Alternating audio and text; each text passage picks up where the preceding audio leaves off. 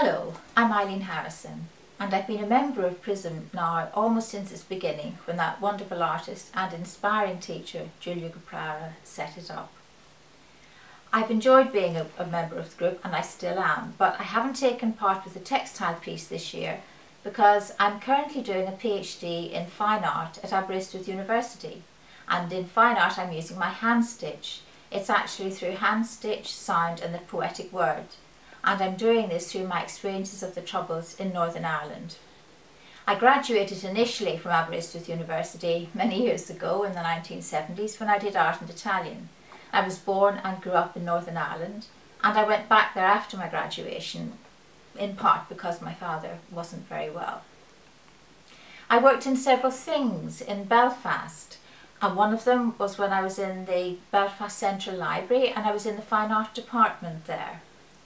And it was a very interesting job, and I did other things as well, being art therapist. Of course, I experienced bombings there on an almost daily basis. One of them, in fact, I almost thought I wasn't in this world anymore, but here I still am.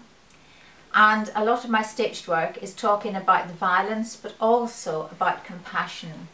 I'm documenting the violence, I'm saying this is what happened and please, we mustn't let it happen again.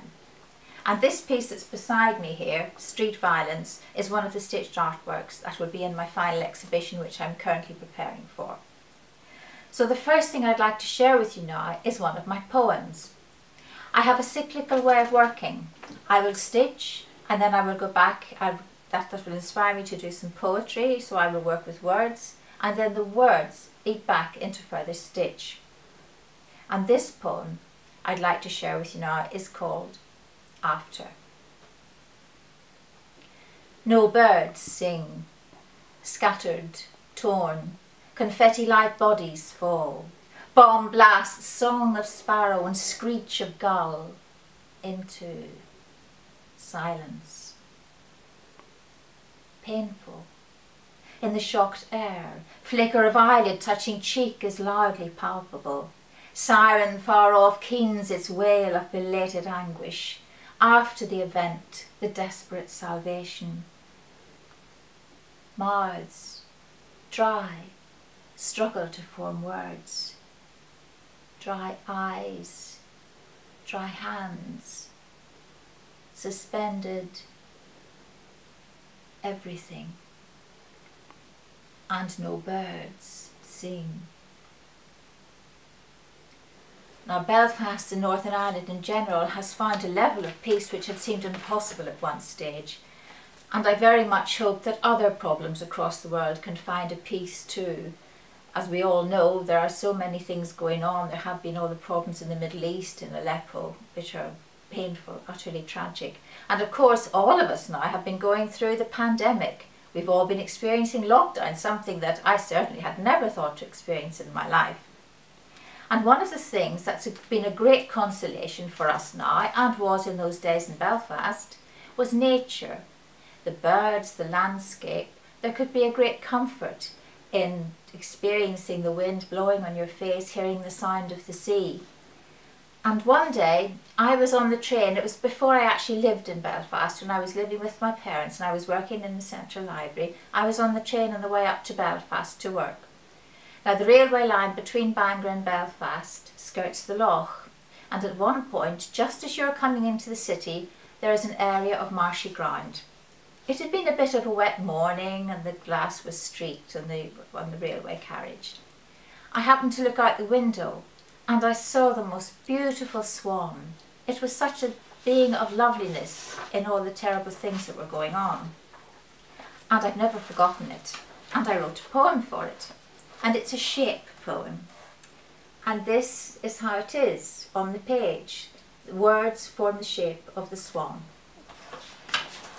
And so I'd like to share with you now my Belfast swan. Sedge and bulrush fall away in succession, watery precursor of city's trickle, wind-whipped loch and lilac blue hills a cloud-wisped backdrop. Beyond streaked glass, brackish stretches of pools splashed marshes hold a gleam of grace-filled form. Caught by the swan, I watch it creamily uncurl sinuous neck out from amber brownness. Regally gaze. Piece of tangled reed clings to orange beak. Proud fly, proud pulse of the ruffled water, the ruffled water, the ruffled water. Ripple sheen, water shiver, wind mirror. Cream gleam on the ruffled water. Train come, train gone, but I still see the bright swan.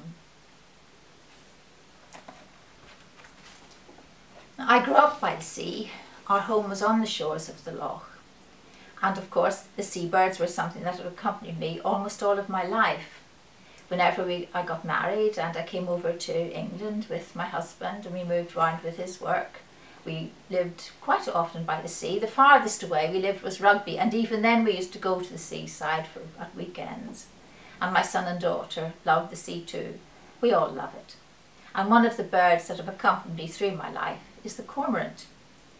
When I was in Aberystwyth studying those years ago, I was fortunate enough to have a room in Alexandra Hall of Residence for women, and it was on the seafront on Cardigan Bay, and I had a room quite high up, and I would watch the cormorant dive in at one side of the bay and swim across and come up the other side.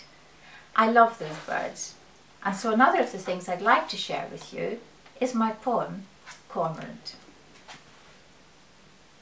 Feathers sleeked to skull, sharp toss of head reveals cormorant. Walking on beach, mirrored with rain, white sand. Travels far, new sight of body measures flight in water. Footprints dig deep, tide pull patterns weep. Birthing point to length of life. Air, sand, swish of cold sharp grass, touch of skin wet hands. Wind blows from shore to sea, from sea to shore. Winds blow.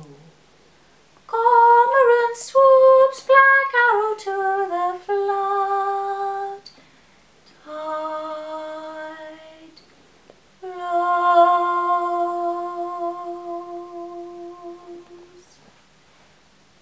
Thank you for listening.